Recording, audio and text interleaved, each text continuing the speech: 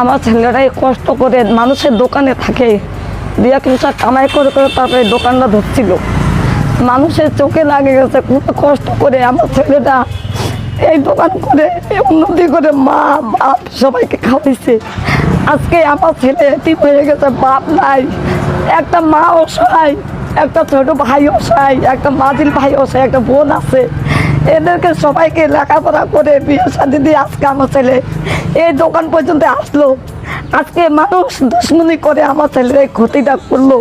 তা আপনারা যদি একটু উন্নতি দেন, একটু সাহায্য করিয়েন আমার ছেলেকে, এটাই আপনাদের কাছে আমার অনুরোধ থাকলো।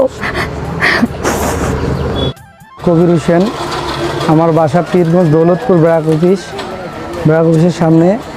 আমি এইখানে দীর্ঘদিন ধরে ছোট থেকেই পান দোকান ব্যবসা হিসেবে ছিলাম।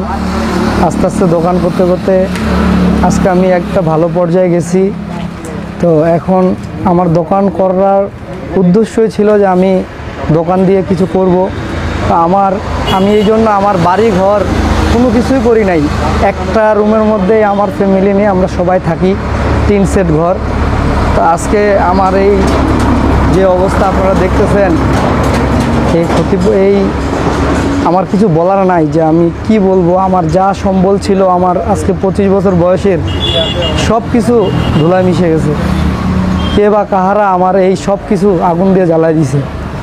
তা আমি সবার কাছে বা সরকারের কাছে বা আমাদের যে ইউনুস স্যার আছে সবার কাছে আমি অনুরোধ করব, আমার দিকে সবাই একটু আপনারা তাকান। কারণ আমি থাকার মতো আমার বাড়িটুকুও নাই। আমার যা সম্বল ছিল আমার এই বয়সের সব কিছু দিয়েই আমি আমার দোকানটাকে গুছাইছি, সেই জন্য কিছু করতে পারিনি।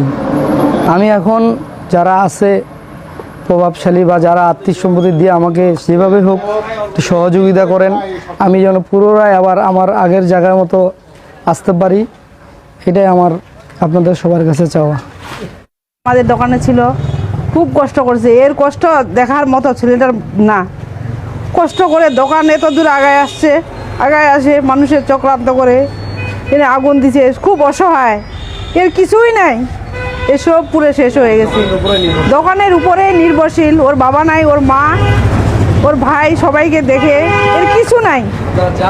যা যেভাবে পারেন একটু সহযোগিতা করেন, ছেলেটা খুব অসহায়।